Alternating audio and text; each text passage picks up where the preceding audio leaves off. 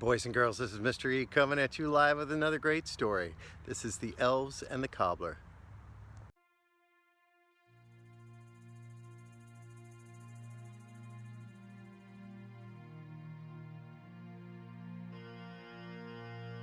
Once upon a time, there was an honest shoemaker who was very poor. He worked as hard as he could, and still he could not earn enough to keep himself and his wife. At last there came a day when he had nothing left but one piece of leather, big enough to make only one pair of shoes. He cut out the shoes, ready to stitch, and left them on the bench. Then he said his prayers and went to bed, trusting that he could finish the shoes the next day and sell them.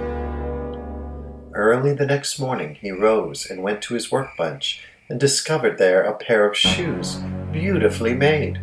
The leather was gone, and there was no sign of anyone having been there. The shoemaker and his wife did not know what to make of it. Then the first customer who came was so pleased with the beautiful shoes that he bought them and paid so much that the shoemaker was able to buy enough leather for 2 pairs. Happily he cut them out, and then, as it was late, he left the pieces on the bench, ready to sew in the morning. But when morning came, 2 pairs of shoes lay on the bench, most beautifully made, and no sign of anyone who had been there. It was another puzzle. That day a customer came and bought both pairs, and paid so much for them that the shoemaker bought leather for 4 pairs with the money. Once more he cut out the shoes and left them on the bench. As before, the next morning he discovered that all 4 pairs were made. It went on like this until the shoemaker and his wife were prosperous. They were concerned. They could not be satisfied to have so much done for them and not know to whom they should be grateful. So one night, after the shoemaker had left the pieces of leather on the bench, he and his wife hid themselves behind a curtain and left a light in the room. Just as the clock struck 12, the door opened softly, and 2 tiny elves came dancing into the room, hopped onto the bench, and began to put the pieces together. They were quiet. They made a little conversation, and they had brought tiny scissors and hammers and thread.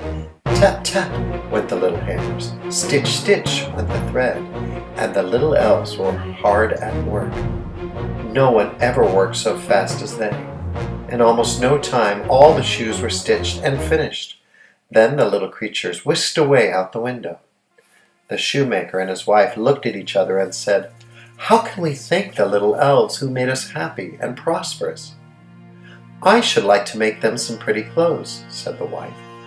"I will make the shoes if you will make the coats," said her husband. That very day they worked on this surprise for the elves. The wife cut out 2 tiny, tiny coats of green, 2 little pairs of trousers of white, 2 very small caps, bright red, and her husband made 2 little pairs of shoes with long pointed toes. They made the clothes as good looking as they could be, with nice little stitches and pretty buttons. By Christmas time they were finished. On Christmas Eve the shoemaker cleaned the bench, and on it, instead of the leather, he laid the 2 sets of clothes. Then he and his wife hid away as before to watch. Promptly at midnight the little elves came in. They hopped upon the bench, but when they saw the little clothes there, they laughed and danced for joy. Each one caught up his little coat and things and began to put them on. They were so happy. Then when the clock struck 2, they left smiling. They never came back anymore. But from that day, they gave the shoemaker and his wife good luck, so that they never needed any more help.